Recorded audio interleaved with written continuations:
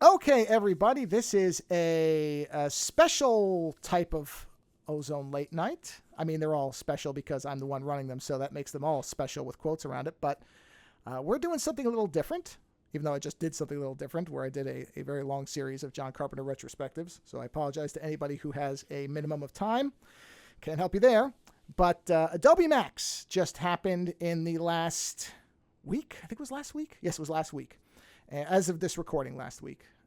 And I love Adobe Max so much because I always feel so energized and like creatively driven. And I think I'm going to do 4 million things. And it's just the most wonderful thing to me. It's better than Christmas for me.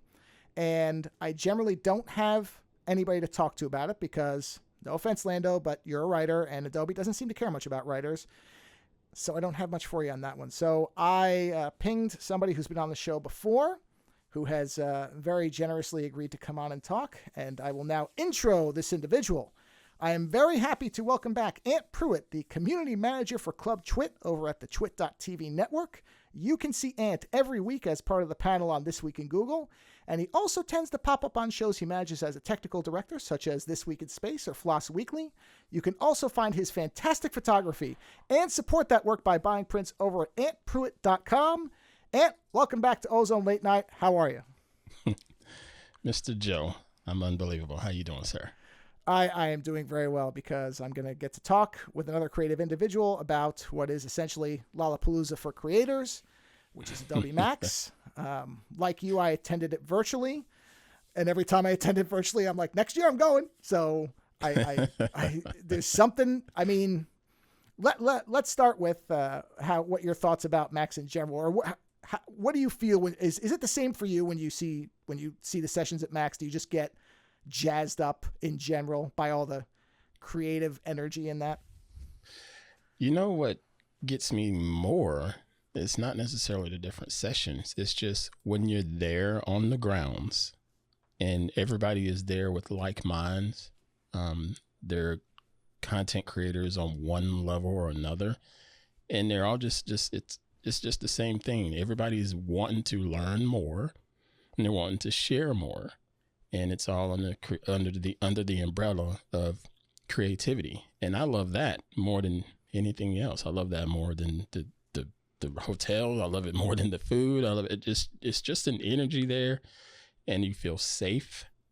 And it's just, I don't know, it just warms my heart just to be there on the grounds. And the last times I've been there, every time I've gotten there, I've made sure I've had a moment to sit still and to just listen and soak it all in, because it's totally different.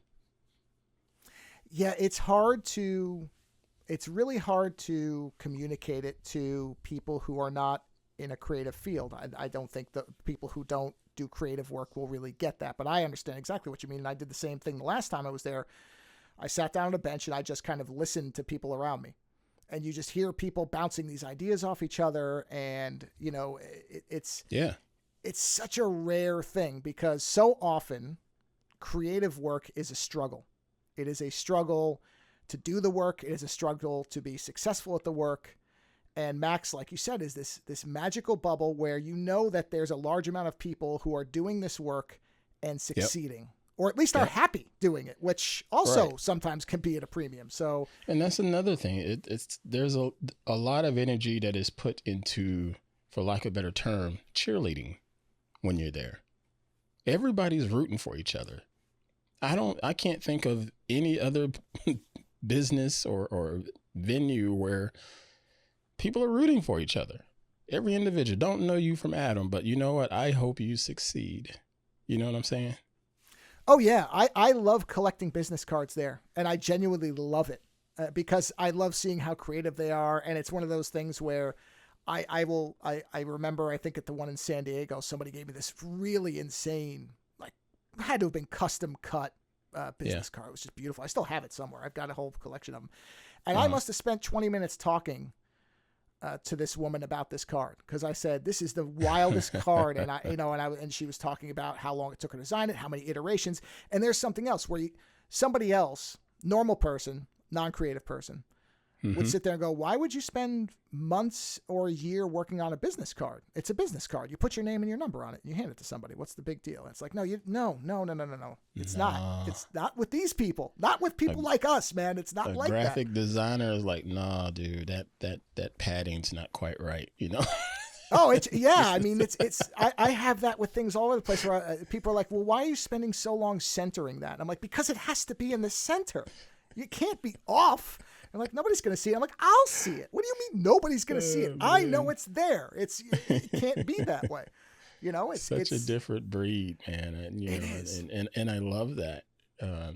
You know, people in the tech space, you know, which, you know, I have to deal with each and every day with Twit, is their own breed. People in the, you know, tech journalism or just tech punditry, they're all a different breed. And then the audience of those tech journalists or tech pundits are a whole different breed. And I can compare them clearly to the creative side. Content creators are a different breed of people. You know, they see things differently. And then the fans or listeners of those content creators, they're a different breed of people because they're trying to, you know, get to that same level, or they're inspired by them one way or another. So they see things just as quote unquote different from other normal folks, you know, and I love that. Yeah, I always feel like kind of a weirdo in the Twit Discord because I tend to forget that not everybody, or that most people probably in there, are not creative types. So when there's things I get excited about, I'm like, this is wild. And everybody's like, yeah, tech's kind of boring. I'm like, yeah, I don't care about the tech. Look what it does. Look at what this thing does.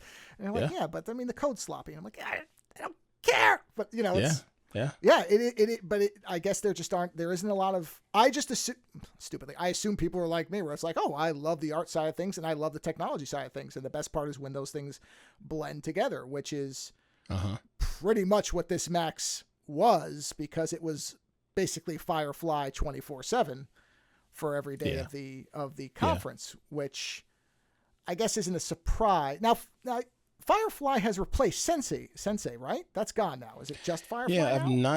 I've not seen them mentioned in any of their press briefings Adobe Sensei in a long time. Yeah. You know, because I would get those briefings, and if I ever reported on it, I would get a message.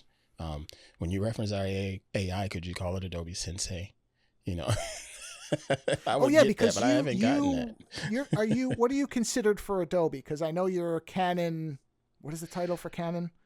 I don't have an affiliation with Canon. I wish thought you were I had a Canon person of light or whatever it was, or was that Canon Explorer of Light? Those are that's not me. I wish I was. Okay. You're just an enthusiast of the brand. Freaking honor. Yeah, it would be a freaking honor. But no, they haven't put me in that category just yet. One day, maybe another couple of years. But with Adobe, first, I'm just a fanboy. I know, first and foremost. Which brings a little bit of hatred, as I'm sure you've gotten to. People and people, you know, especially with my day job, you know, people don't necessarily want to lean towards the Adobe side of things. And I get that. But I am an authorized Adobe affiliate also. But far as my coverage and stuff, that's just, you know, me being a part of the press for I don't know how many years now. So I'm on everybody's press list. Okay. And Adobe's PR people are some of the best. With the exception of this Adobe Max, I didn't get a pre-Max briefing like I would normally get. And it sucked. It sucked. So does that kind of give you a heads up on stuff, kind of what they're going to be talking about, a bit of a preview? Oh, yes. Yeah. Okay. I literally pretty much get everything from damn near every slide deck in the keynote. I get it all. Yeah. Yeah, and, that would be tough not to have. I would and it's always helpful. It's always helpful when you're someone that has, I don't have to particularly do this now, but at one point, when you're someone that had to get that story ready to go, if I had it beforehand, it was a lot easier. But this year, for whatever reason, I did not get a pre-show briefing, and it sucked. But I got through it, you know. Well, although because I always hear people say that one of the things they miss about Apple is the secrecy. You don't get to experience anything as a surprise anymore, which I don't buy into, but that's fine. That's an opinion some people have. So was it, I guess it doesn't sound like it was better to experience it the first time as everybody else. Is it a lot different when you don't have, outside of the fact that you'd like to have that stuff because it's great to have it? I understand that. I love collecting material like that. So I completely understand the whole thing. It was like, ooh, I want the slide deck ahead. But was it different then to experience it with no idea what was coming? Yeah, it was quite different, and some of it was, I was a little angry, or I shouldn't say angry, just a little frustrated that I didn't have the press stuff beforehand, because that's just my workflow and I'm used to it. But then there was the other aspect of, I was supposed to have been driving down there this year and I couldn't.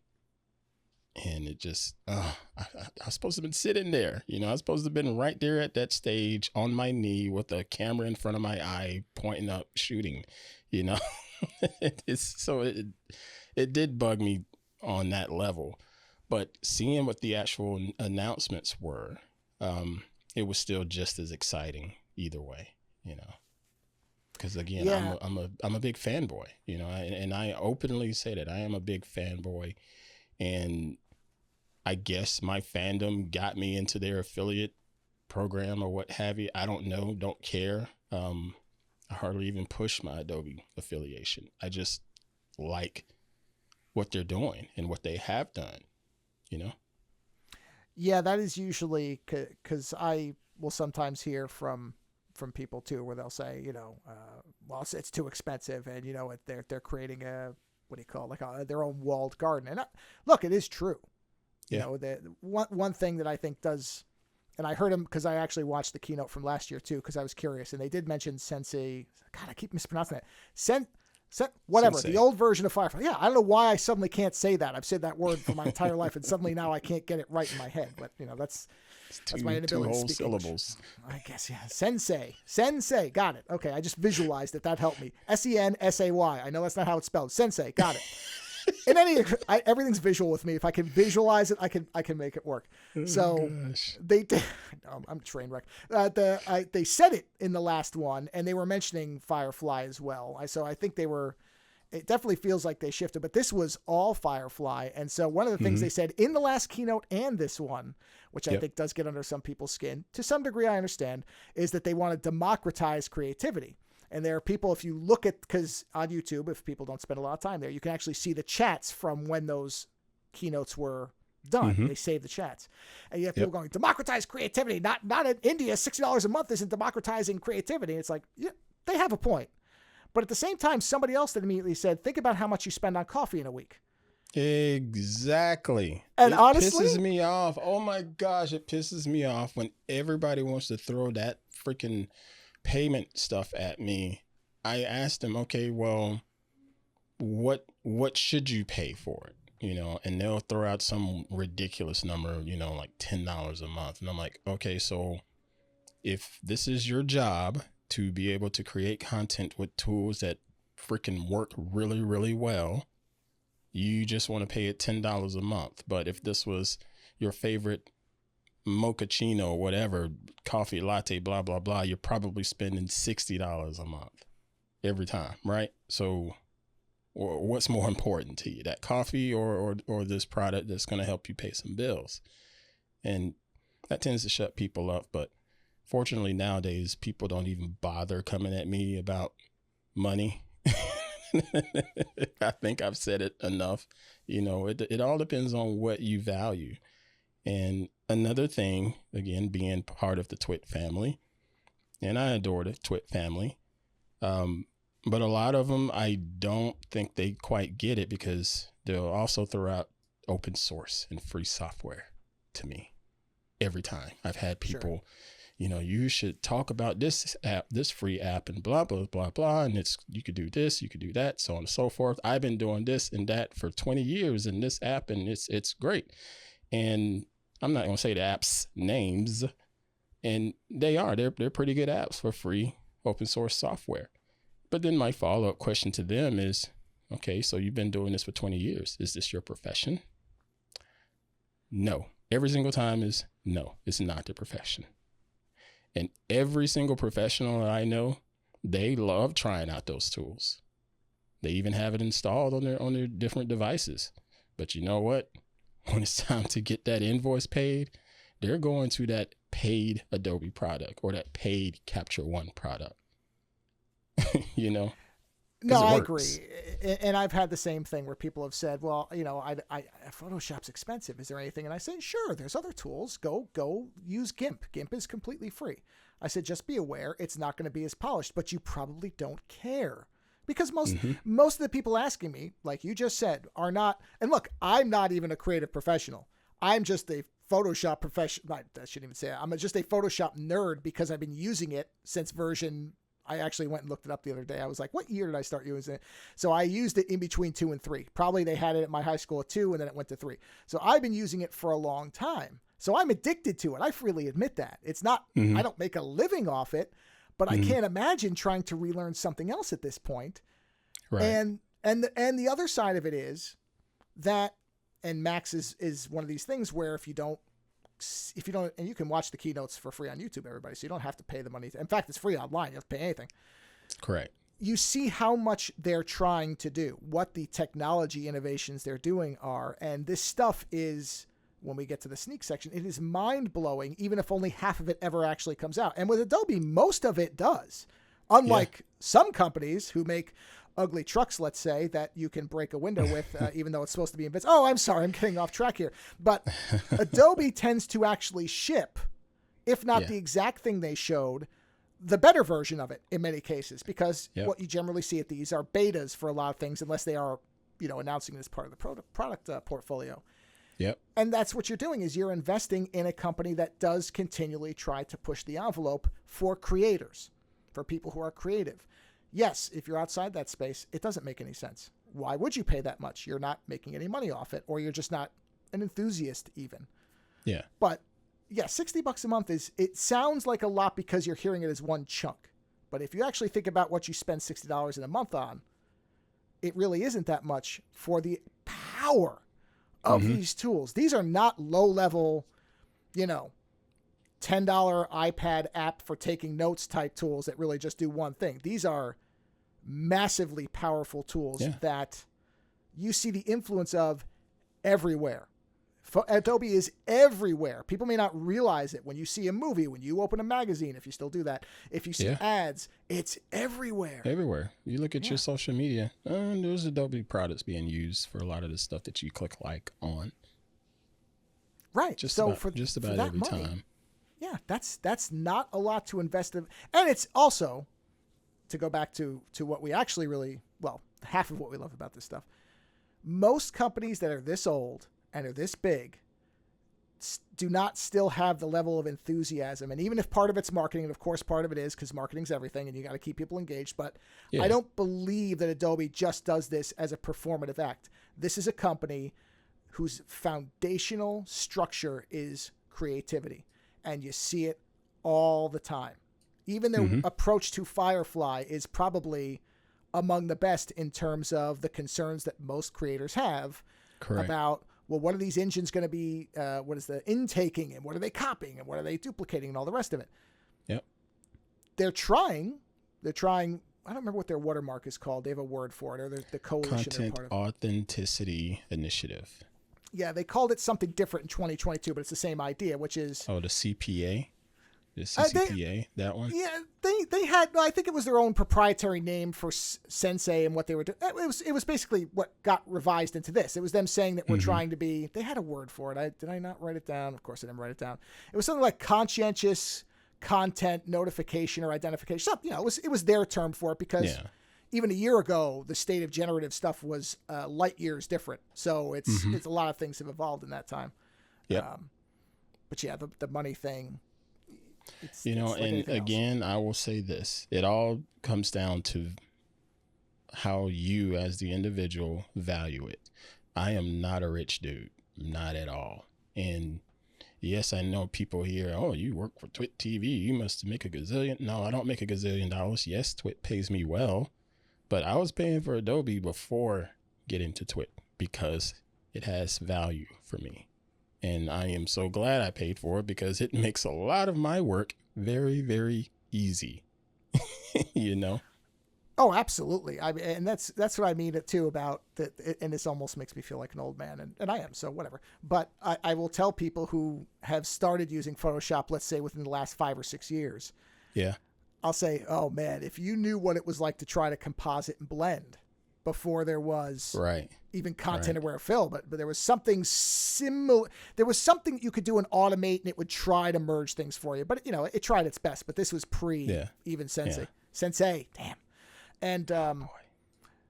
I said the amount of hours that you would have to spend to what you can do now is, and I was trying some of it out just yesterday. I took like a light pole out of something, and the variations thing now is great because now you have options. It's like, oh, you know what? Mm-hmm. Before it was with content-aware fill, you could try it a couple different ways, but you were going to get some version of whatever it thought. And to what compositing and blending and the amount of time, and you know this from the photography side, if you didn't, I mean, forget even film, where it's film, if you don't develop it right, what are you going to do? You know, you're screwed. Whole different monster. Now it's on a normal computer, and I say normal. Obviously, you're not going to do it on a Chromebook necessarily. Although with the web stuff, I guess eventually that's coming. Yeah. I did some stuff with the web just recently, and the generative stuff, you know, because it's processing in the cloud, handled it with no problem. Oh, there too. So, I mean, that's another thing where even the barrier to entry to that, you used to have. I still build a Photoshop rig, but honestly, I probably don't need to anymore. I still build my Windows desktop to be at a Photoshop rig, but you don't have to anymore. That's what I mean. There's so much power in these things. Yeah. That's the other side of it is I'm happy to support this company. That's not something I say often either. I'm happy to give this company money because I don't feel like they keep screwing me. It feels like what I get out of it keeps expanding. You know, the amount of apps you get now compared to how much you used to pay just for Photoshop. Oh gosh. You know, and that's another thing. And I will be frank here, like I usually am. There are times when I've thought about maybe I should switch out of the Adobe suite. You know, maybe I could save $30 or something like that a month. And every time I've tried, no.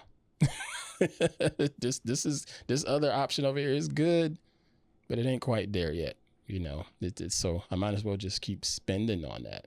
And, you know, even with the video side of things, because I shoot Blackmagic Raw, DaVinci Resolve is oh my gosh, DaVinci Resolve is so freaking awesome. And I paid $300. You know, that's a $300 license. Okay, I didn't pay $300 for that one, but it's a $300 license and perpetual. So it's going to update forever and ever. Amen. Should I drop Premiere Pro? I probably could. But if I drop Premiere Pro, I'm still going to be paying the $60 a month because I still need Lightroom. I still need Photoshop. I am still addicted to Audition.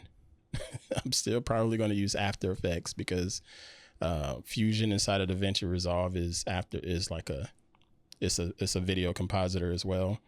But After Effects is just more intuitive for me right now. So what's the point? Just keep paying the $60 because everything is doing what I need it to do when I need it to do it, you know? Well, not to mention they have made the integrations between the apps so much better. I mean, I did a couple of, you know, where they talk to you, whatever they call those, they consult the users type of things. And that's one of the things I kept saying was, you know, and it basically does it now where if I'm in Premiere and I realize I screwed up a graphic, which I do constantly, I could just jump right over to Photoshop, update it, save it. It just upgrade everything. Yeah, it links right back. It's so crazy. Unbelievable. I mean, that's another thing. Again, I feel very spoiled by the fact that when something like that doesn't work, I'm like, come on, how come this isn't working? It's like, moron. Think back 20 years. Remember when it couldn't do anything like this? When there was nothing? And you would have to spend 20 minutes, you know, hoping that you could have two apps running simultaneously and your computer wouldn't melt into a puddle of plastic on your desk? Yeah, shut up. You can wait 30 seconds or you can try it again. I mean, it's crazy. It's you just... know, in the evangelists, you were talking about marketing earlier. Evangelism is a bit of marketing, I get, but when I think about the primary ones, Mr. Terry White and Mr. Jason Levine, yes, they're waving that Adobe flag, but I guarantee you, if something pops up in an app they don't like, they let the team know publicly, hey, we need to do better about this. This ain't good enough. You know, I've seen it firsthand. Terry White would be working on something inside a Lightroom and it doesn't quite flow the way it should have flown. And he will say it in his recording to everybody, hey, no, this is not cutting it. I don't like this idea. And Jason Levine, he gets a little more animated. Man, I missed him this year. I don't know if he did any of the sessions, but he didn't do the keynote stuff. No, and he I'm didn't do the going, keynote. Oh, yeah. That energy is, I mean, maybe they needed to dial him down a little because his wattage does blow the rest of the field out. Oh, He's so great. Yeah, he is but I'm hilarious. like, where is that hair, man? I'm so jealous of it. Where is it? And, you know, was nowhere to be found. So I thought of that. I'm like, that's the one thing I actually miss genuinely about Max in general. I'm like, where is Levine? Mm-hmm. Because his theatricality, Mm-hmm. I mean, it probably rubs some people the wrong way, but I think it's delightfully great. I think it's so sincere. He owns it. He owns it. You know, he owns it. And to top it off, he knows his shit. He knows this stuff. You know, in and out, bite for bite, bit for bit. He knows it. That's the other side of it too, is a lot of these people that are doing these sessions, when you see the classes they do, because Adobe has a ton of all this. This is another, and this is again where this money is going. And this is not meant to be a show where I'm trying to sell anybody on Adobe. Look, if you don't need it, you don't need it. That's number one, right at the top. If you can't afford it, there are tools that will get you close. Let's not pretend there aren't. Right. But part of the reason that I, like you, I'm like, no, I love this company. I love this company in a way where because one of my things is don't trust companies. They're not your friends.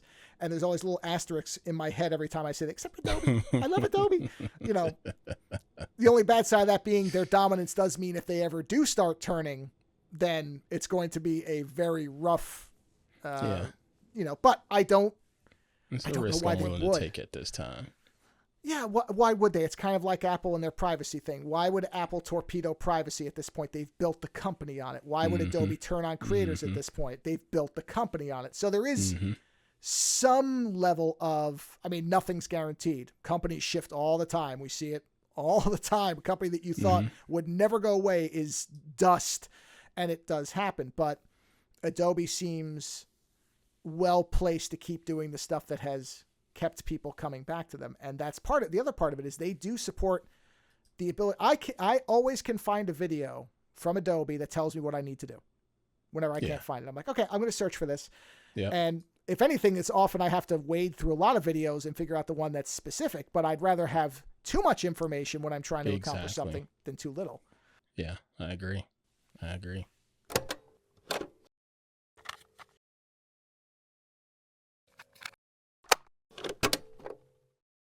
But let's not spend any more time talking about the cost of things. Let's get back to the celebration of things and talk about some of the, because what I basically did is I went back and I rewatched the keynotes, the first keynote, the opening keynote, the inspiration one, and then I watched the sneaks thing because I think that's kind of the interesting stuff.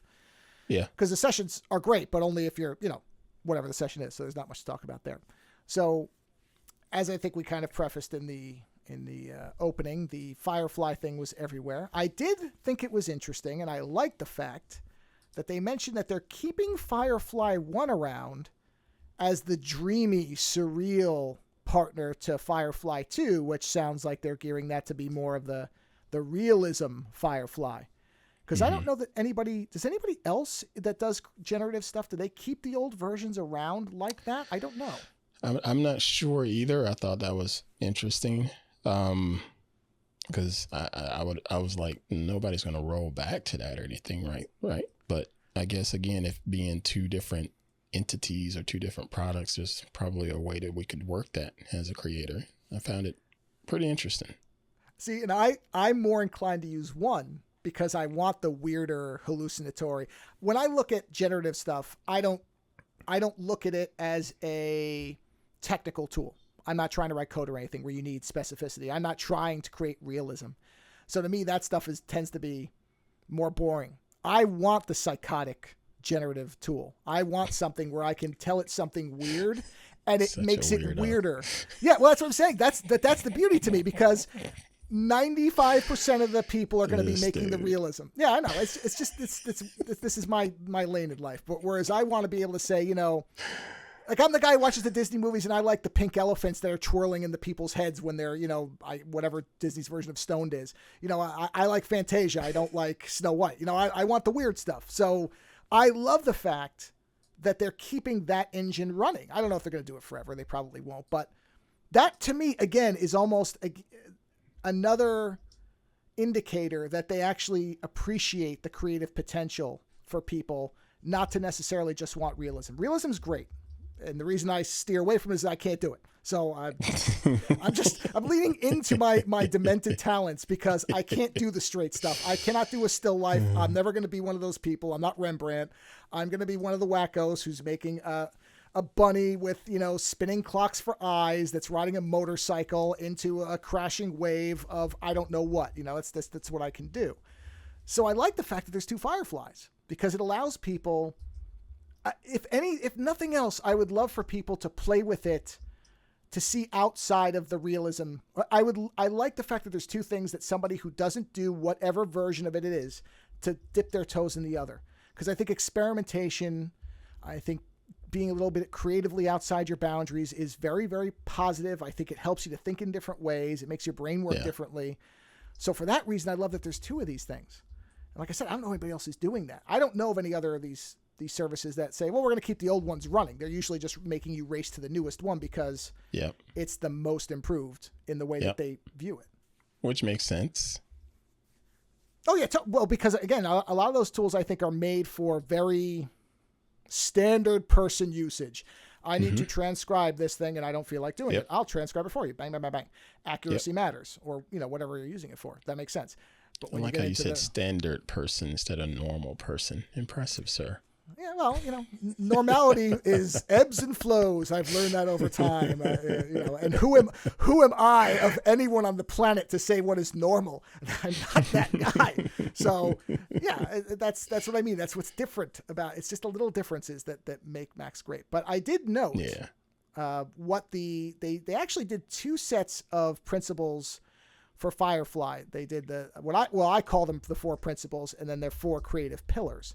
And this is important, too, because you and I have talked, and I've talked with Jason Howe, actually, came on one time, and I've talked with some other people about, I think you and I are in the same boat on generative stuff, which is there's a lot of hysteria, and there's a lot of euphoria, and the reality is it's a tool. It's not something that's going to destroy creators. In fact, they did say, quote, never replacing human ingenuity when they were talking about Firefly, which I thought was good. Yep. It's not going to do that. But I did think that it was important that they laid these out, which the 4 principles were that Firefly is deeply integrated into our tools, which certainly this Max indicated that it's in everything now. 2 was designed to be commercially safe, which I actually think is very good phrasing because it's going to be impossible to guarantee that. So all you can do is work towards it. You're always going to find ways around it. 3 is being transparent with the training data, which I think is also very important, is to say, look, this is what our stuff is doing. Because otherwise, there's already doubt. There's already a lot of doubt just for these tools existing. If you don't say how your work is being done, don't show your work, then you're only going to encourage and amplify that hysteria. And then the 4th one was the support for content credentials. And I think, as many people have said, I think Adobe might be at the leading edge of the best avenue of handling what's going on around generative models right now, because there still is a lot of panic and over-promising. I think they're doing really good with this. They're doing a great job because they can pull up the receipts of consent. They go through their Creative Cloud database, and everyone that actually checked that box and said, I consent for Adobe to be able to use content that I have created on this platform to train the Adobe generative AI. Adobe's got the receipts. That's a good start. So here's a question, because have you submitted anything to stock or no? Actually, I should start with that. Yeah, I do. So, and have you checked that box? Are you fine with that? I have unchecked that box. Okay. I unchecked that box. But the thing is, which is what pissed me off about this particular quote unquote news story a handful of months ago. I saw the box when the app updated, and I said, okay, nah, I decline. I get what you're doing, Adobe, but I decline. And I went on about my business. But then craptastic journalism of today put out these ridiculous headlines of Adobe is stealing your stuff to train their AI. And like it's, I don't know, like it was a trick or something. And it wasn't. When you update the app, I mean, you probably should read what's on the screen before you click next, you know? And most people apparently didn't read what was on the screen. So Adobe did what they were supposed to do on this stuff. This was not them stealing. They were right up on the first screen. Hey, this is what we'd like to do. Do we have your consent? Yes or no? Okay, fine. Carry on. In the story, you know? Well, but yeah, I am an Adobe stock contributor. I don't make as much money as I used to, but it's still decent mailbox money. I think the news story problem is, to take a slight tangent, a combination of two problems. One, people who don't bother to look at what they're agreeing to in general. Yeah. And the fact that then you have a large amount of the news apparatus that knows that people aren't paying attention and they just want sensationalism. So yeah. That's a much larger and separate discussion, and not as happy of one as Max. So we won't go too far into that. But I agree. I'm pretty sure they did a whole Adobe blog about it as well, because I typically will go and read through those and see what's going on. So yep, they did a blog about it, and they did a blog in following up to all of the hoopla that came about. Because again, when this happened, as far as in the news cycle, it was old news. The app had been updated like a month or so prior. A month. So the consents were already out there. It felt like, let's take advantage of uproar because people will read our story, which unfortunately is very common. And I remember seeing a particular YouTube channel that I watch, fairly often. Their thumbnail was one of them dumbass thumbnails with the stupid face and shame on you, Adobe, and blah, blah, blah. And I was like, I already know where this is going. I'm not going to support them by watching this video. I'll watch the other stuff, but I'm not going to watch this because that's stupid. I do appreciate the awful thumbnails that have now dominated YouTube, because they are a very clear signpost for me what I'm not going to watch. Used to be you have to get it 5 minutes in and go, oh, why did I waste my time? Yeah. Now the thumbnail kind of gives it away. Yeah. So I thought those principles are great. I think that because there is no perfect solution. That's another thing. People think there's going to be some perfect solution. That's impossible. So all you can do is a best, I hate this term, best effort, but you can it's a only work in try. Progress. Yeah, it's exactly. a work in progress, and then with Adobe having the content authentication initiative, authenticity initiative in place, in the coalition in place with other big players, it's still just a start. It's not perfect yet, but it is a start of trying to get more people on board to make this product, or to make AI less polarizing, if you will. Yeah, and I think that's the way you have to do it. You have to be. That's why the transparency thing, I think, might be the most important one. I mean, the support for the content credentials, all that's equal. Maybe it's not equally important. I think the transparency is the best thing out of all of this. Is if people know what's going on, then you can have a discussion about it. If you don't know, then you end up as an angry dog that's barking at something because it's really angry about it without all the information. I don't care. I have a dog. I don't care. It's funny.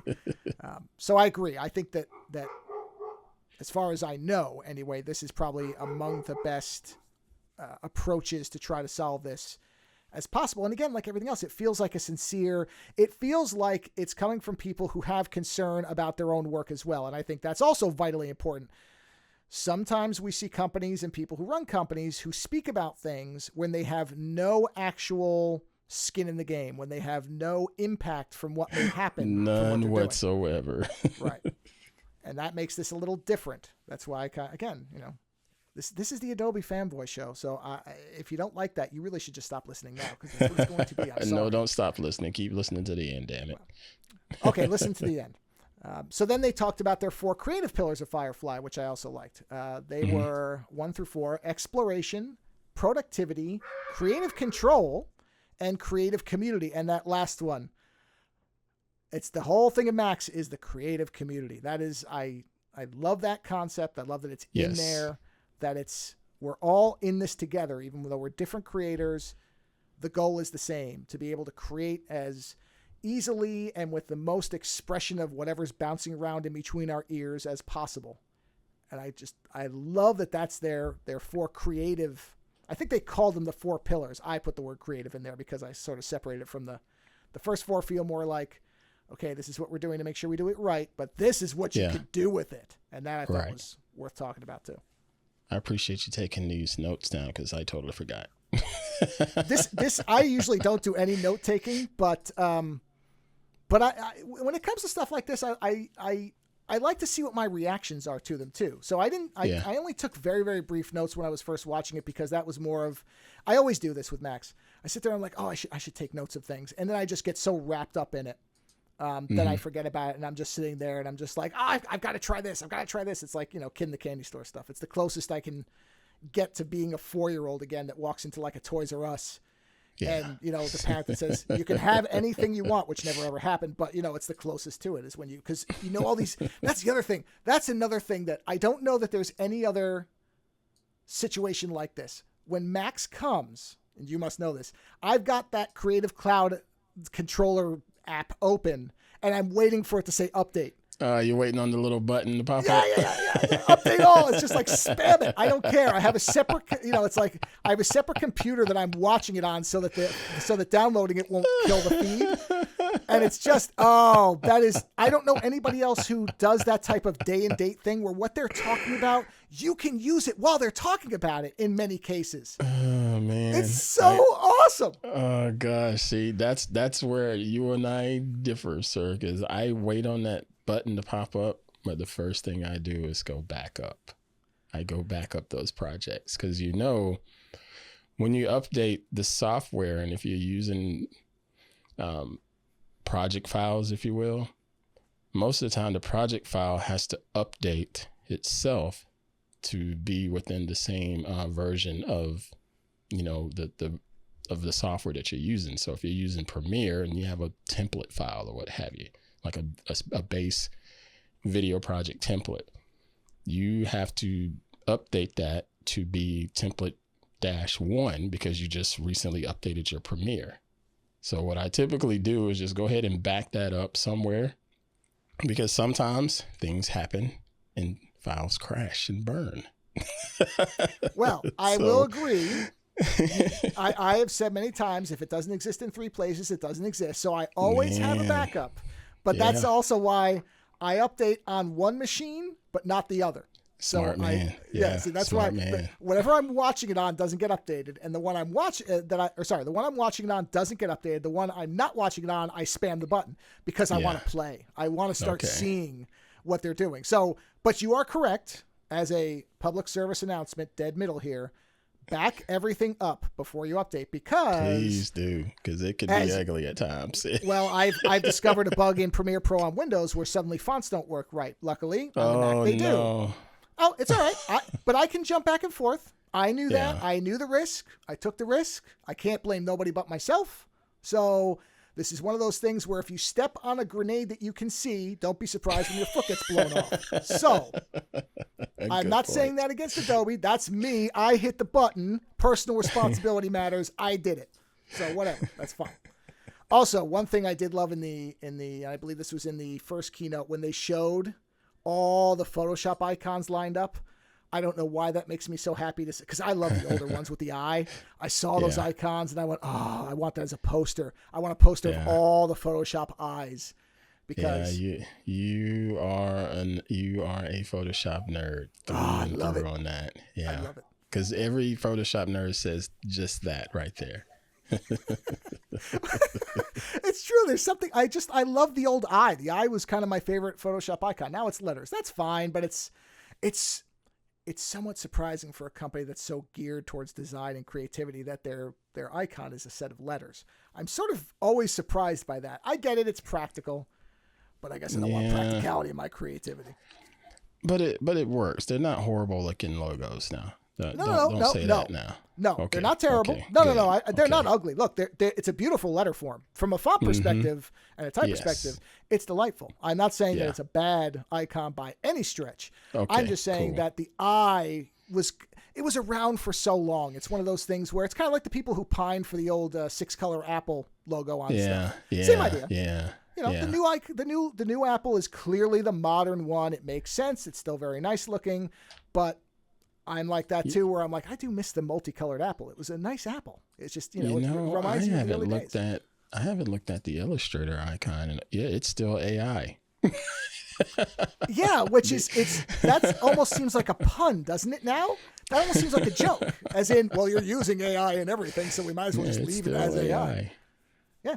No, that part I don't care about. I'm not the biggest Illustrator fan, I must admit. However, here's my note. Illustrator, a tool I hate, had what looked like really impressive improvements in terms of the generative recolor text to vector.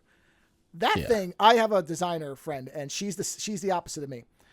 She hates Photoshop. She loves Illustrator, and I'm the opposite. Where I'm like, you can take Illustrator, you can kick it into the ocean. And we were texting back and forth, and she was just going crazy. And I'm like, yeah, even I, who you have to basically pull by the teeth to get to use Illustrator, I only use it if I have to.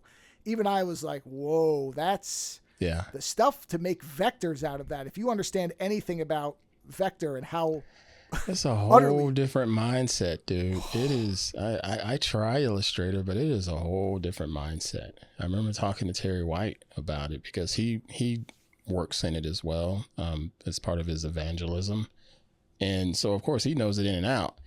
And I'm like, how are you doing this? And he said the same thing. He's like, it's a different side of the brain. It's not. It's just a different side of the brain. Well, it is, and this is what's great again about the spectrum of tools that you can use. The fact that Illustrator and Photoshop come from the same company is mind blowing in terms of because those tools for those people are the tools, capital THE tools. That's it. Period. And this company understands both sides of that creative process, and that's just 2 of the apps. Yeah. The other one they talked about, which will be more in your wheelhouse, was the text-based editing for Premiere Pro, which right? That had to be wild for you. It is so much easier. I remember when they announced it, and when I tried it out for the first time, I was like, oh crap, this is going to speed up so much work. And people that are into marketing and doing a lot of the social media stuff, it's going to make this stuff so much easier and so much faster. And again, it goes back to their original message. Yeah, we want to make this easier for you so y'all can get more done and get more invoices paid. Period. That's it. The more you can get job 1 done and invoice out the door for payment, the faster you can get invoice number 2 ready to go out the door for payment. I was even thinking for the Carpenter videos, the one that I'm working on now, I remembered at one point I made a Twilight Zone reference, but I couldn't remember where. Mm-hmm. And I was able to search for where that was to put my little, the image referencing the episode I was talking about. I was able to just locate it because I thought I had talked about it way earlier, earlier. Jumps right to it. Jumps right to it in the timeline. You meant this word? The one you misspelled? Yeah, this one. We still got it. I mean, that for people doing interviews or for doing anything where they know they talked about something, because, I know for me, and I'm certainly not a professional by any stretch when it comes to this stuff, but I don't do a lot of, I have to remind myself to take notes while I'm talking about something a lot of times with somebody, because I'm usually in the conversation. I'm not going to stop and be like, hold on a minute, let me just note this so that I can have that, So to be able to know, well, I know we talked about X subject, so I know I can find it later. I don't have to worry about that anymore. And with the transcription, I don't have to take show notes now because it's going to be there. The thing is, Adobe gets the fact that most people are not only their hosts, but they're also their own producer too. and their own editor. You know, I believe the whole phrase now is predators today. So why not give the predator tools to be able to get all of the jobs done at the same time?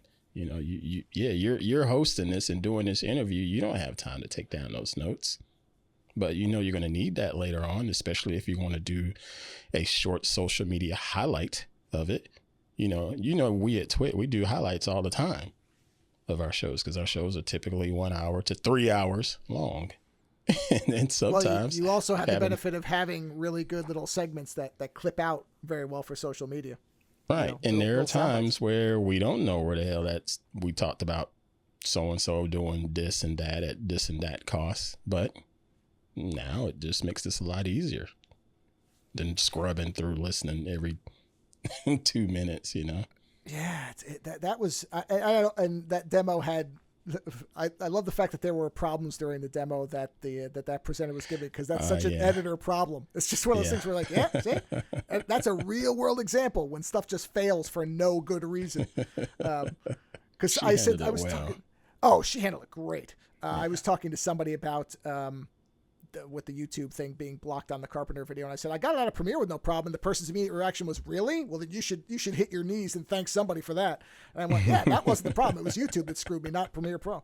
But it's funny they did the thing about the filler words, which is funny because, and this is purely my screwed up mind, I don't mind filler words. I actually find the clippiness of people's stuff jumping. I actually prefer to leave the filler words, because it looks more natural to me. But I understand most people are not me and they hate it. So just the filler identification. Even for highlights? Well, I don't do highlights, and I don't bother with much of that stuff because I suck at it. So I've decided to concentrate. I have chosen to focus on things I can just halfway do well. This dude. It's just the truth. Social media clips, short clips, I understand. I don't want to talk bad about them. People who do them are wizards. But to me, it is such a complete waste of my effort. I'm like, no, if you're not in for the long haul with me, I don't clip anything. No, you made a clip for me for the one book club. The guy did the Carpenter show. He did all that. He put it on TikTok. I said, Doug, I've never even signed into TikTok. I've never looked at it in my entire life. It's an appetizer, dude. It's an appetizer. I'm a full meal. I eat the whole bowl of pasta. I don't want the little parsley. I want the whole thing. I want both, damn it. But the nice part is both me and somebody, both me. That's great English. My teachers would be so embarrassed. I and others who have different views on this both have a tool that does both. I can find things. Those people can clip out the filler words. That's the beauty of it. As you said, it's trying to accommodate every type of workflow as much as is possible. The one thing I know I did love, though, was that enhanced speech demo. That was fantastic. It's been fun watching that over the year because Adobe Podcast has been out in the wild for a year at least. And you had to have a Adobe account to play with it. It was free. Excuse me. Just had to have a free account. You didn't necessarily have to be paying for Adobe. You just had to have an Adobe ID. And being able to upload your crappy audio files to it and let AI figure out, well, what's the best way I could try to rescue this? Oh, it was freaking magical. I demoed it and for something on Twitter. I don't know if it was. I was going to say, I remember you doing stuff with that. I remember that. And it's just, I'm like, man, this tool is just right here, you know, because everybody don't know what a freaking compressor is or an expander or noise floor. And everybody don't know that. And everybody doesn't have the time. And if you're curious to learn that stuff, sure, Adobe has all of the tools to help you with that. But to at least get this project semi-done, we got enhanced audio right here. And now it's just gotten better. You know, a year later, it's just gotten better. Yeah, and for anybody who hasn't seen it, you should go watch that demo because that demo, and this, if you don't do video, and I barely do, and even I recognize the difficulty of a lot of background noise, including active wind on the mic, which is basically a killer for most people. Yeah. So if you're unlike me who doesn't care, because I don't care because I'm not a professional, but for anybody who is, they look at this and I can't imagine that their heads didn't blow out the back because it was the fact that the adjustment made it. I think the quote was something that's Ira Glass on NPR because I knew exactly. People who do any type of mic work know exactly what that means. And the fact that you can back it off to make it sound more airy and natural, to incorporate the background sounds, that it's not just a binary, okay, it's either stomped all the way down and it's... They did a low-end roll-off, basically. Yeah. They rolled off the low-end frequency, so it's gradual. You know. It sounded fantastic. And again, that's just a toy you have now. So... yeah, that was probably the most impressive stuff of all the... I mean, all of it was good. Don't get me wrong. There weren't any bad demos. There never are. But those were the ones where I went, okay. When you have me interested in Illustrator, even from the outside, then you've done quite a job. Because, yeah, that's not my thing. So then, let's. Did you have anything else you want to cover from the actual demos of the opening keynote? From that one, no, I think you've hit it all. I'm really excited about sneaks more than anything because that means there's some good things coming down the pike. Yeah, sneaks we're going to do, but I did want to talk about the inspiration keynote because this again is almost never bad, but I thought that this one was particularly impressive. I missed it this year. Was I in the middle of an interview or some reason I remember I missed it because that's normally on day 2. Correct. Or maybe I was on the show. I can't remember. But yeah, I missed it this year. And you're right. That thing, it's so freaking magical. And it doesn't really matter what field of creativity you're in. You're going to get something out of it with the people that you're speaking to at that time. Yeah, I think the 4 people. You didn't get to watch any of it yet then? No, I didn't. Okay. Well, the first one was Aaron Draplin, if I'm pronouncing that right. It's Draplin. Aaron Draplin. Yeah, see, I'm terrible. I'm terrible with names. I just admit it, though. I'm terrible. I don't pretend I'm not terrible. I admit it up front, so you're aware. But, yeah, if you've ever seen him speak, it's exactly what you would expect. It's this, I can't imagine how much caffeine that dude had to have pounded before he went out on the stage because they started it late. So and his thing was, I'm saying everything I wanted to say. So he was firing through, but that was the one. I'm very familiar with his story. It's a great story. You know, when he talks about how he started out and how successful he's managed to be and how he takes care of everybody he cares about, which is just one of the great stories. If you don't know anything about him, I've got his book. You should get the book. It's beautiful. It's tactile. It's just magnificent. So I knew his thing, and it was what it always is with him, which is very fun and upbeat. And he was stomping the pedal to 120 to get through all of his stuff, but he got through all of it. And then they had, and this was a weird synchronicity moment. I mentioned this, I think, to you before we started recording. Then they had Karen X. Cheng, who I'm not familiar with. She's mostly social media. That's why I'm not as familiar with her. Yeah. But she was talking about the importance of kind of having a work and a personal device. And what's hysterical is I did not see her portion live. Same as you, something came up and I had to kind of step away from my screen for a little while. And when I came back, she had already been off and Walker Noble was talking. So I only saw the very beginning of hers and then came back after the fact. And then I watched it today because I wanted to see the full thing. And she mentioned having this personal device. And what's hysterical is it's a little e-ink 6-inch tablet called the Box, even though it's 2 O's, they call it the Box Palma. I just bought one of these things as my work device. So I'm doing the inverse of her. My main phone, my personal phone is my personal phone, and it's a Pixel 7 Pro. But the Box Palma, I wanted a work device that didn't have a SIM card in it, but I wanted it to be something that lasted for long. Oh, I heard of this. Yeah.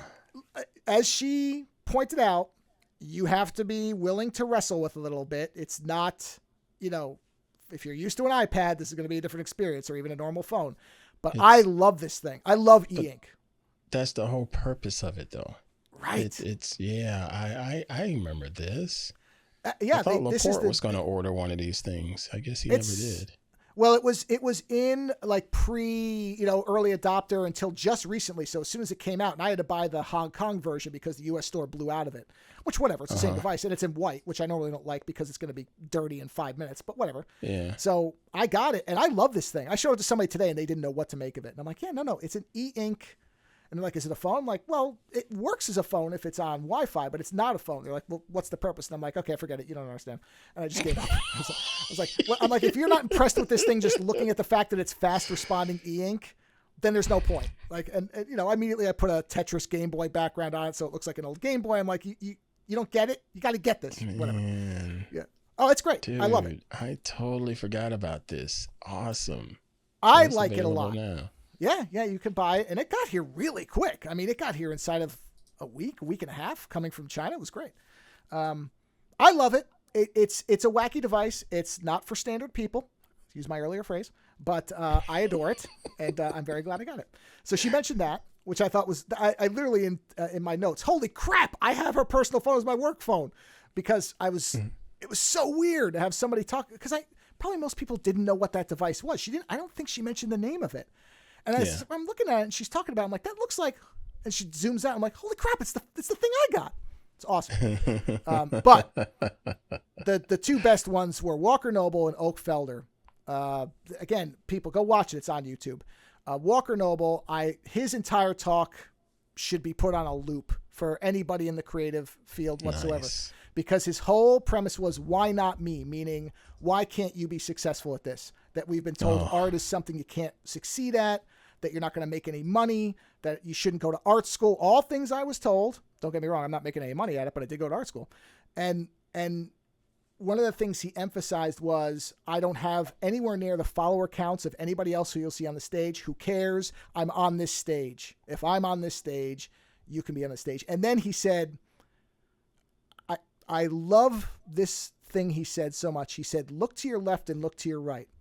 The people sitting next to you are either further ahead of you, right where you are, or trying to get where you are. Get the names of these people, exchange that information, help each other. And I was like, that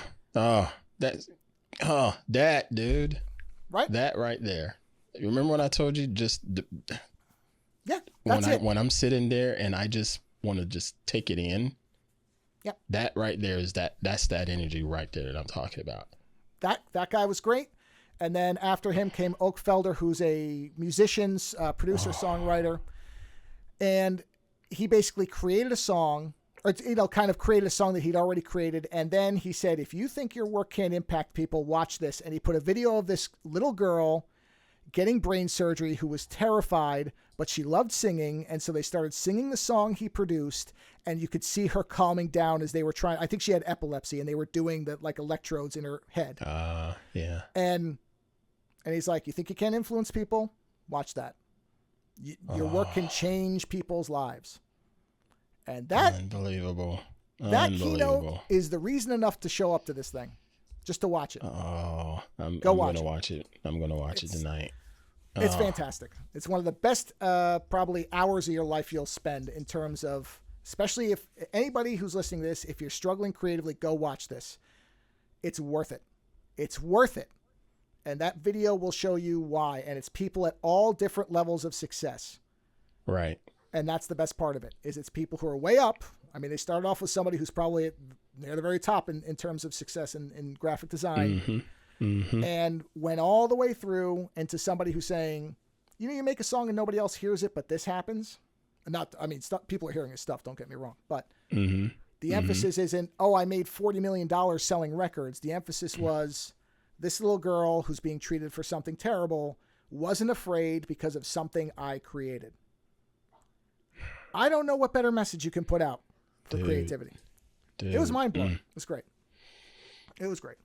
Oh, had to take a breath on that one, bro. That's this is what I mean. This is part of the reason I'm like, I want to talk to Ann about this, because I want to talk about this stuff, and I want to talk about it with somebody who gets what it is and what this. Oh man, this power. And again, like you said, they have people there that have pretty high stature in the world of creativity, but at the same time, you still get to hear their stories of humble beginnings, you know, because a lot of these cats, yeah, they're super successful, but 8 times out of 10, maybe 9 times out of 10, they had to scratch and claw for a long time before they got to where they are.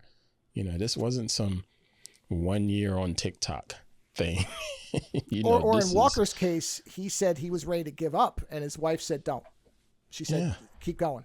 So it's that too. Is nobody gets anywhere alone, and that's the overall message when you see these people. And like I said, I loved his thing about turn to the people, the left and right. He said, "Promise me you'll get those people's information, because you can help each other."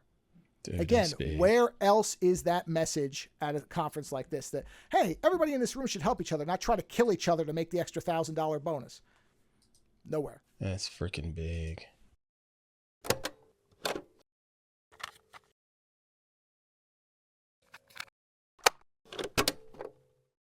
All right, so now we get to, well, I won't say it's the fun bit. It's the playful part of Max, I guess you would say, which is their Max Sneaks, which is generally that is their last keynote, I believe, on the last day typically, right? I think it is. Yes. Yeah. It's usually on the 3rd day, and in the afternoon, right around the time of happy hour. I'll just leave it at that. Ah, well, that's time. And as usual, they brought a celebrity who they clearly also didn't send a press kit to. I get why they do this. I understand the draw, but at the same time, can they not find people who ever have used an Adobe tool and have some concept? They always seem so kind of, they're trying to fill in the space by being funny, but I don't know. I'm always kind of mystified. It doesn't always land, you know. Kevin Hart was okay because he was very open about it. He's like, I don't know what the hell y'all talking about, you nerds, but damn, that was badass. And he had fun with it. Mulaney, I believe that was his name. He was okay, but he was just sort of like, oh, wow, thanks. Good job. And Tiffany Haddish was funny too. Oh, she was great. Yeah, she was. Yeah, she was funny too. Yeah, I think some of it too is because some of this is very engineer level, where it is definitely not for the developers. Yeah, some stuff you can see it right away, like the dress type of thing. Like that's easy for anybody to look at and go, oh wow, that's neat. But other things, especially because is it Adam? I don't remember his last name. The guy for this year, the guy from Work. Levine, is it? Well, not Levine, is it? Is it Divine or whatever it is? Yeah, something like that. Divine, maybe that's the one note I didn't take. The guy's name, of course. Unbelievable. Anyway, yeah, this is why I'll never be a professional. But you know, he did well enough. But it is one of those things where I think, especially when you're not working behind the camera on things, somebody who was, let's say, a cinematographer or somebody who did effects of some kind would marvel at this stuff and go, whoa, okay, that's, if only I had that when whereas most of his stuff was, woo, he did it a lot. Woo. Yeah. It's like, okay, that's great. I got nothing to add here, but I'll give you an emoji. That's pretty much it. Yeah. Fine. Like I said, I don't want to, talk bad about anybody. He wasn't terrible. He didn't make awful off-color jokes or, drop his pants on stage or anything. So, there's a bar we've met at least there. Right. But, that's the one part where I'm like, Adam Devine. Anyway, that's the name. I looked it up. Adam Devine. I lucked out that I got that right on accident. So let's go through the 10 plus an extra bonus one of sneaks. So the first one they talked about was Project Fast Fill, which I assume you were probably googly-eyed at. Mm-hmm. Yeah, so this was a video tool. Well, I'll let you explain it. Actually, you're the video editor. I'll let you explain it. If I don't remember all of the sneaks by name, but if this is the one I'm thinking about, if you're sitting there filming a video and, say it's your subject matter is out in an alley somewhere and you're just trying to film them looking at the wall or something like that, but there's a dumpster in the background that really takes away from the shot, you can basically do generative fill to get rid of that dumpster in the background. And if you happen to pan around your subject in that video, it still removes that dumpster from the background and continues to keep all the perspective of the camera panning and so forth, frame for freaking frame. So it's doing motion tracking and everything right there behind the scenes. And it was freaking magical.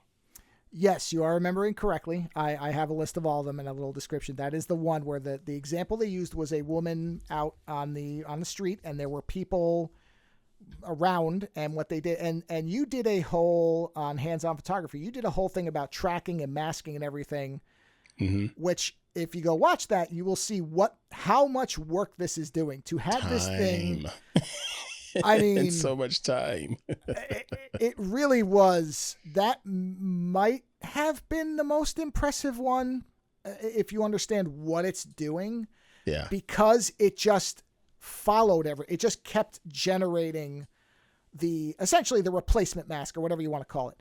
And that is usually something that you can certainly do it, but you're going to be doing it by hand, and you will be advancing and tracking and hoping that it follows correctly. And even then, you often have to refine and redo. And it's, as we've said, it's the time saving and the fact that it's able to do this. Now, of course, like so many things, I actually want to take some footage and see where it falls apart, because I'm always kind of curious where the seams are. But no matter what, even if it only works 2 times out of 10, that's 2 times out of 10 you're not spending 2 hours on this. Right. So, right.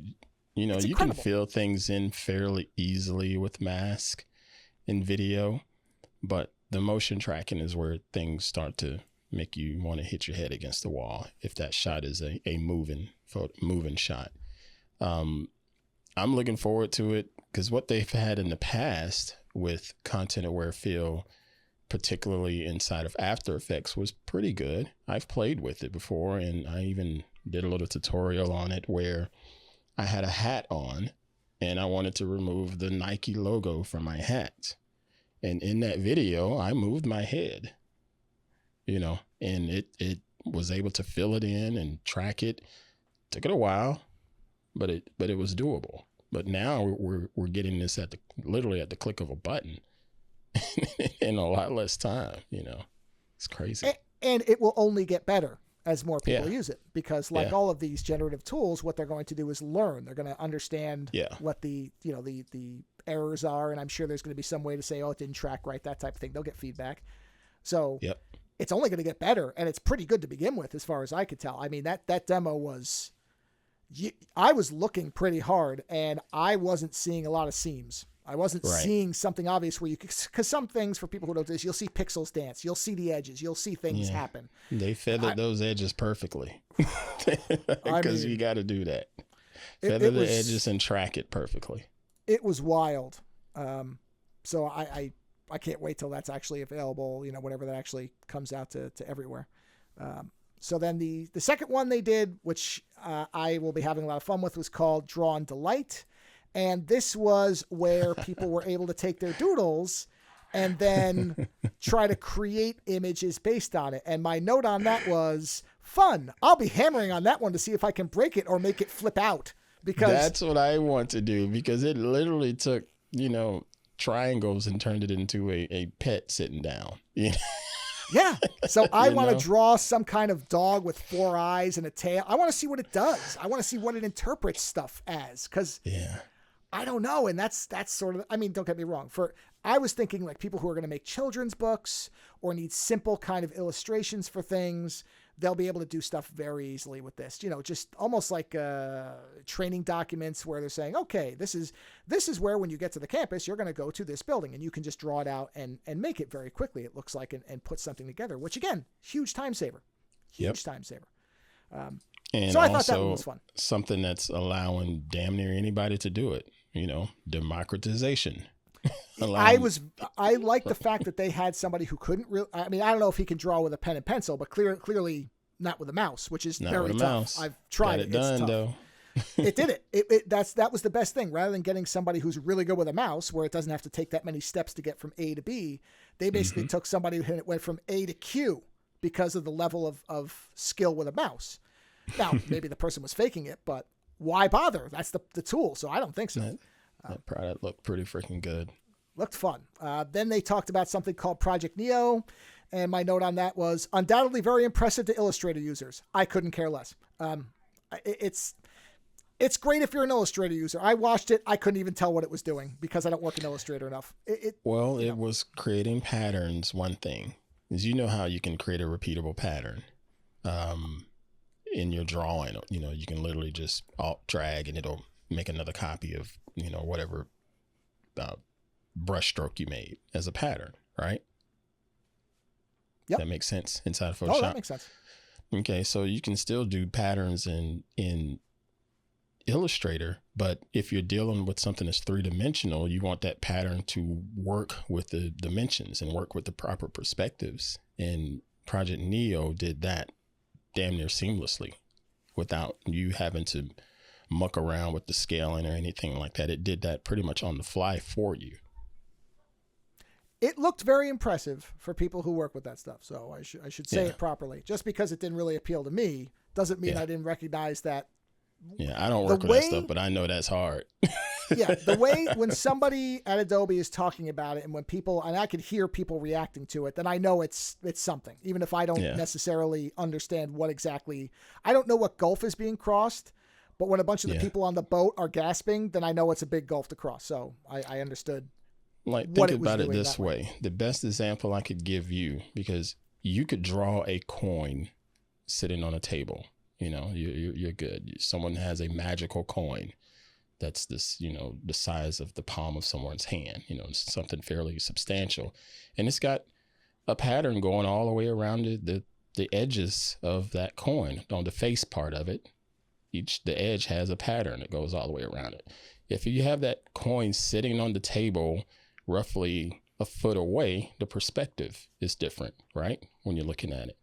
So the patterns at the top of the circle are going to look a little bit larger versus at the bottom of the circle because of how the perspective is on the table.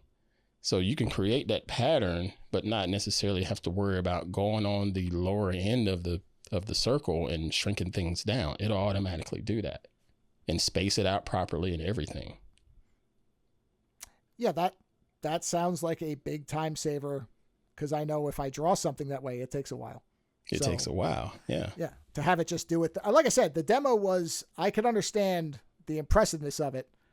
I just didn't quite, I know for me it wasn't as exciting as it would be for people who work in Illustrator all the time. But yet again, the beauty of it is it doesn't all have to appeal to me. That's it's great. Mm-hmm. Everybody gets something in these things.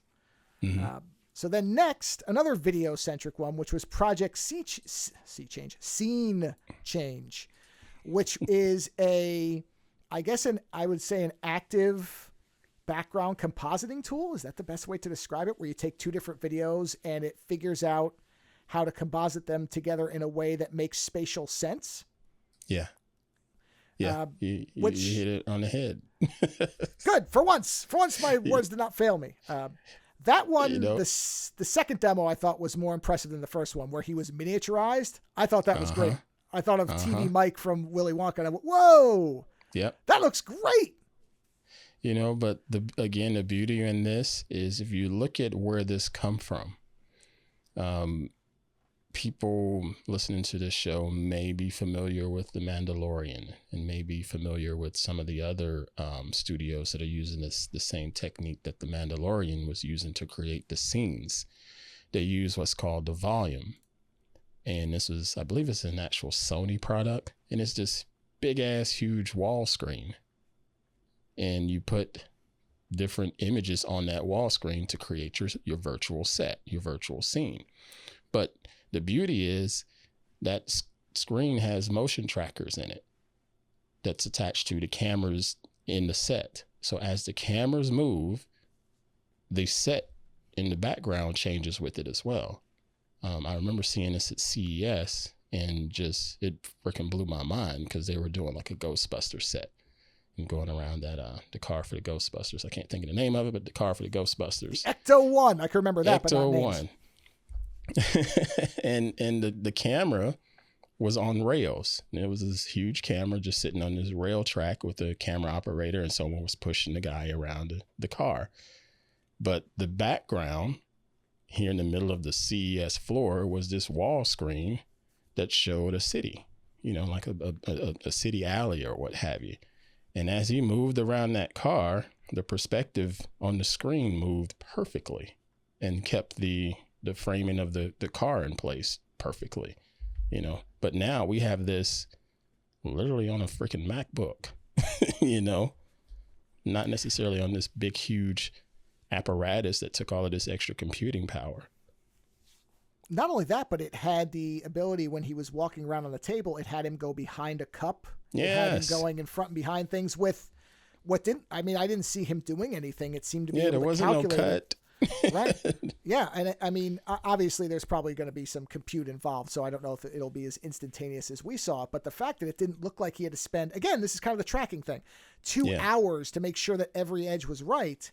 Obviously a professional would probably go in and refine and kind of, you know, paint in little things that get missed. I'm sure that'll happen. But for any normal person, standard person, to just come in with no experience and probably be able to pick this up relatively easily, or somebody who's not a professional and, you know, gets offered this rare opportunity and is able to do something that then wows whoever they're working for without having to have 40 years of editing and compositing experience is wild. It's just wild stuff. So then they went from that and they went to Project Primrose, which is what I call an e-ink dress, which is this very neat physical dress that was animated depending on what you were doing. It was quite cool. I was impressed and excited about this because of my son. You know, he's an aspiring designer and fashion nut. And when I saw this, I was like, I could see him diving into this thing for whatever reason. And the fact that it flowed however the model wanted it to flow based on her movement was just freaking cool. And I could totally see something like this on the red carpet and people making a quote unquote statement, you know, with this tactile technology. I'll tell you what I first thought of, which maybe is not what most people would think of. I thought of a laptop case where I could continually have the pattern changing as I'm sitting there working on something. Why because not? people put stickers on their laptop all the time. Yeah, Constantly. why not? What if you could just keep updating the stickers depending on what you were doing or what you were into? Location. Yeah, anything. Yeah, Why not? Hire me in giant letters. I am available for work. Or your own work. Imagine you had a laptop, you're sitting in there, and your prints are refreshing on your laptop case. Yeah. And buy print here or something with a QR code or what. There's so many possibilities of things like this. Yep. That again, because I'd seen some people saying, yeah, it's a dress. Who cares? It's like, well, no, it's not just that it's a dress. It's more than that. It's more than that, dude. Yeah. It was again, where will this be in 3 years? What will they show us at Max in a year or two with this tech? I don't know, but I can't wait to see it. So yeah, I thought that was a really neat, and unlike a lot of these things, something that I think people who don't work in Adobe products all day could easily see. It's a tactile, physical thing. You can see immediately the practical applications, one dress that you can shift between events. Not that I go to a lot of events in dresses, but I can understand why that would be appealing. That you could change the look. You could have a white dress for a wedding and have a black dress for the reception, whatever. You could just shift it in between. Like that's, I'm very curious where this ends up, what this ends up looking like in its final form, but I think it's got a lot of potential.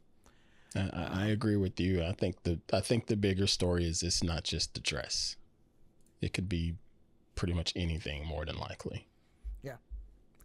I mean, once they miniaturize it enough, even those little panels look like they're pretty easy to fashion into different things. So yeah, I look forward to where this is in 3 years. I think in 3 years we might see something that's truly just indescribably awesome. And you'll look back at this and go, wow, this was the first step to getting to that. I hope so. This is the first iteration. Yep. And then they went on to Project Glyph Ease, which is a very design-centric ability to take glyphs or characters, for people who don't work in glyphs all the time, basically to be able to apply a style to letters in a design in a uniform way, which I don't work in Illustrator, and I immediately went, oh yeah, if I was making something in there, that would save a lot of time because it's time consuming now. Time consuming. Yep. So that one was one, again, that a person who doesn't do this work a lot might not get why that's a big deal, but it is a big deal. That was a really nifty, again, one of these functional things, one of these things that will help people to save time, accomplish more. And honestly, that's every bit as valuable as something like the dress, which is made to kind of wow an audience, a big shiny thing. Adobe does little shiny things that they don't shine until you use them, and then you don't know how you couldn't not use them. That's a lot of this stuff. Right. They went from there to Project Posable, which is essentially being able to to generate storyboards or prototyping. Again, I thought of people who make children's books or people who do storyboards, maybe for independent film or smaller budget productions, or even something like a Twit if you guys wanted to do something where you went out and did kind of because Twit did promos at different times for different things, like for different shows. If at some point you wanted to do that, you wanted to kind of lay it out, I could easily see this being very, very useful to a lot of people. Nothing that you don't look at it and necessarily get wowed by it too much, unlike the next one, but it is highly useful for the people who need it. They then went to Project ResUp. This one I'm really fascinated to see what people do. Big time, dude. You telling me that I could take like 640 by 480 video, which at one time was pretty daggum clear. That's DVD quality. Take that video and now make it resolution of HD 1080p crystal clear and not have a bunch of artifacting because you over sharpened it or anything like that. That's unfreaking believable. If I had to guess, I would guess that this and the was it Project Fill? I can't remember. I just had it. What was it? The Fast Fill. I would guess these are related. These feel like they came from the same initial idea, which is great. I mean, that's wonderful to have it branch into two different areas. But my thought was my mom has a lot of old like VHS video of like my dad who's gone and stuff like that. And it's only to take that and just be able to create a nice sharp image of it. That for some, if you have people that are gone in your life and all you have is, not great video, not great sound, between the enhanced speech and something like this, you could have something that is, I can't even think of most of the time. And this is something, again, where if you don't work in graphics or video a lot, you don't have any idea. Upscaling is almost always the destruction of an image. Trying to take something and generate information is next to impossible. What you either get is false information, which means it's not really representing what it is, or what you get is a lot of artifacting, or you just get this terrible, I said pixel dancing earlier, but just this pixel shimmer, and it just looks blocky and it looks terrible. And that's why up until something like this, you could usually tell. If you've ever blown up an image on a computer or zoomed in, you know what I'm talking about, or on a phone. Somebody sends you a zoomed in image and you're like, oh God, that looks terrible. Same thing. So there's so many uses for this that I can't wait to see. Another one where I like the dress. Where is this in 3 years? I don't know, but I'm here to see it. It looks wild. Right. They went from that to Project Dub, which is auto dubbing one language into multiple others. That one, that was the one where the one was speaking in Chinese, and then it started, and then they took clips and they were putting them into different languages. That is sick. And I remember watching this here at the house, and Queen Pruitt could hear me watching it. And when I got finished with all of this, she was like, I don't know about this AI stuff you keep watching. It's going to put me out of a job, because Queen Pruitt is an aspiring actress. And I had to explain to her, I said, no, this is not putting you out of a job. This would put you in more countries around the globe. Can you speak Mandarin? No, you cannot. But this project here can sure make it sound like you know how to speak Mandarin, because it's still the actors or the actual source voice. It's still their voice speaking these different languages. It's not just random stock male voice or stock female voice. You know what I mean? Right. It's freaking amazing. It's not Hercules in New York replacement for Arnold Schwarzenegger, where it clearly sounds like somebody from, New York City who's, worked there all their lives. It doesn't sound anything like Arnold Schwarzenegger, and it doesn't sound right at all. But the other thing too is, no, it won't put him out of a job because the actor's face and everything that's physicality about acting is still there. And the nice part now is a person understands, because I don't mind watching things in subtitles, but even I know that doing that, there are times where I'm not looking at the performance because I'm reading. So your attention is divided at times. Yep. And a lot of people say, well, you should hear it. I'm fine. I watch it in subtitles too, everybody. Don't come for me with pitchforks. I do that too. I'm also a cinema nerd. I get it. But I understand. Well, I'm many types of weird nerd. That's what I have learned. Oh my gosh. Yeah, I'm like I said, any show I'm on is a special show. But there is something that if somebody can look at your face and see the emotion and see the acting and not have to worry about dropping their eyes down to read, that's also very valuable, because it's not just your voice. It's the entire embodiment of what you're doing. It's the expressions, the movements, all that stuff. So to have, again, this automated where you don't have to worry about hiring somebody, if you can even do that, assuming you have a budget for it, that you can just let this thing get good enough that you could release it if you're kind of a solo entrepreneur doing video and doing some kind of instructional work where you want people to see it and there's valuable content. It's wild. It's great. Again, we'll only get better too. Yeah. And then they did Project Stardust. Stardust was an interesting one. I think for a photographer like yourself, that was probably, well, what were your thoughts on that one? That was the one where the woman was presenting and she had the two people walking, and it was for her sister was a dog walker. And so she took the two people and she kind of shifted them and she added a dog. Yeah. That's basically more generative fill, on steroids, if I remember right. Because I think they also had an example of, there was a group of people in a portrait shot, like 3 people, but they wanted to highlight the second person, not the first person, as far as the view of the camera.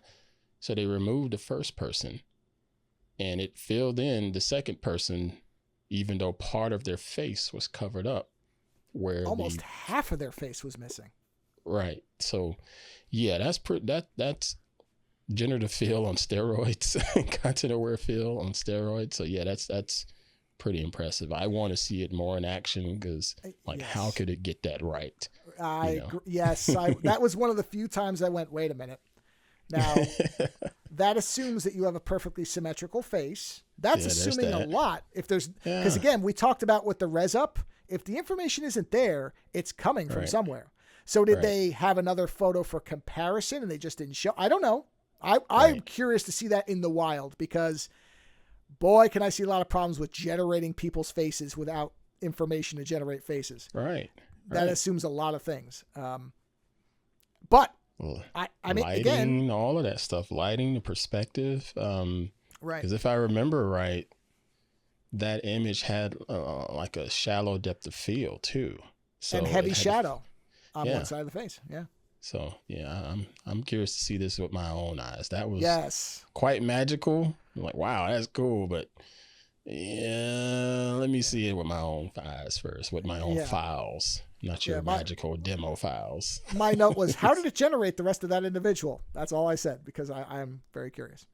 And then the final one was the kind of bonus, was Project See-Through, which the demo was mostly showing how it removed reflections, which was certainly impressive, although I don't know if you looked really close at the reflection removed image, but I noticed that, and I don't know if anybody really will care, probably not, but I went, okay, I can clearly see that it just basically erased things that were in the background to make that happen. There was a dresser with an object on top, and in the removed image, it's gone. Now, again, would anybody who's not you or I notice that? Probably not. It's impressive what it did, but I look close to that. I'm like, okay, I see what it's doing. It's creating information where it isn't. But if all you have is a family photo of somebody who's gone and there's a reflection and you want to see the person, are you going to care? No. And I think that was done in Lightroom Classic too. That's what was impressive. Because if you try to do any type of spot healing and cloning inside of Lightroom Classic, that is, take a drink first. Because it may not work. Adobe evangelist himself, Mr. Terry White, will tell you, if you're trying to clone some things or do any kind of patching and things like that, send that image to Photoshop from Lightroom. Fix it in Photoshop with all of the patching and cloning and whatnot, then bring it back to Lightroom. But I believe this project was done inside of Lightroom, so that says a lot. No, I think it is. I looked and it does show it as Lightroom Classic, so you're right. And that's a tool that people who don't do a lot of this work can easily get access to. So that's the importance of it. And that was Sneaks. So we've now talked about Adobe for probably close to 2 hours or so. And this was great. I really just like talking about Max, so I'm thrilled we got to do this. So I wanted to give you some final thoughts on Max overall, in case there's anything we missed, anything that you wanted to say in general about it. Well, my general thought on it is, if you're able to get there, people. Get there to this event. If you're an aspiring creator and was sort of on the fence, go there at least once. Okay, make the sacrifice. Go there at least once. Pay for the ticket to get there. I don't care how far across the globe you are.